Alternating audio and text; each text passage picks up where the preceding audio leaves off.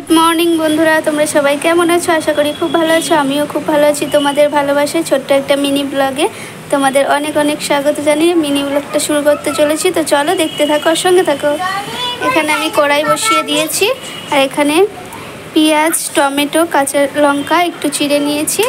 আর এখানে দেখো আমি এটা রুই মাছের মাছ, ছোট মাছ। তো এই মাছগুলো আমি এখন ভেজে নেব। আজকের আমি সর্ষে বাটা করব। এই যে সর্ষেটাকে তোমরা চাইলে সাদা সর্ষে নিতে পারো। আমি এখানে কালো সর্ষে 3-4টে কাঁচা লঙ্কা অল্প একটু লবণ দিয়ে ভালো করে পেস্ট করে ছেঁকে নিয়েছি সর্ষেটাকে। তো চলো দেখতে থাকো, সঙ্গে থাকো। তো বন্ধুরা, আমার এখানে কড়াই গরম হয়ে গেছে। আমি এখানে এক একটা করে মাছগুলো দিয়ে দেবো।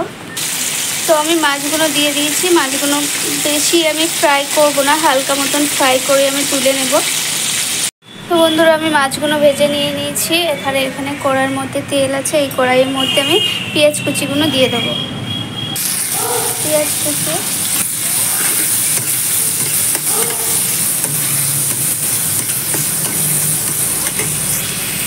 কেটে রাখা টমেটো কুচি,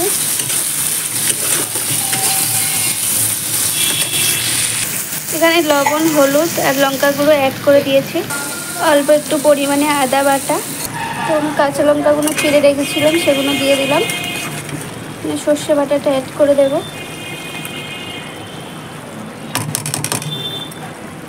অল্প একটু জল দেবো এতে।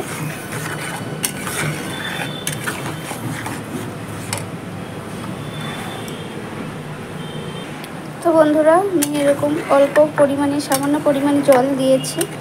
তো তোমরা সর্ষে বাটা যেমনই করো না কেন, ছোটো মাছ হোক আর বড় মাছ হোক, অনেক সুন্দর লাগে খেতে। আর এইভাবে রেসিপিটা ট্রাই করে দেখো বাড়িতে, অনেক ভালো লাগবে আশা করি। তো রেসিপিটা কেমন হয়েছে আর কি। তো বন্ধুরা, আমি মাছগুলো এখানে অ্যাড করে দিয়েছি আর অনেক সুন্দর একটা স্মেল বার হয়েছে। তো অবশ্যই সবাই ট্রাই করে দেখো। ছোট মাছ বলেই কিছুই না যে বড় মাছের যে সুন্দর খেতে হবে, ছোট মাছে হবে না, এটা কোনো ব্যাপার না। ছোট মাছেও অনেক সুন্দর স্বাদ হয় খেতে। ছোট মাছ বড় মাছের থেকেই খেতে ভালো লাগে, টেস্টি হয় অনেক, আমি তো মনে করি। তো যাই হোক, কেমন হয়েছে অবশ্যই কিন্তু জানাবে রেসিপিটা। আর অবশ্যই সবাই বাড়িতে ট্রাই করবে। আর কে কোথা থেকে আমার ভিডিও দেখছো অবশ্যই লাইক, শেয়ার, কমেন্ট করতে ভুলো না কিন্তু। চলো দেখতে থাকো, আমার সঙ্গে থাকো। তো বন্ধুরা, আমার রেসিপিটা কমপ্লিট হয়ে গেছে। আমি এখন নামিয়ে নেব।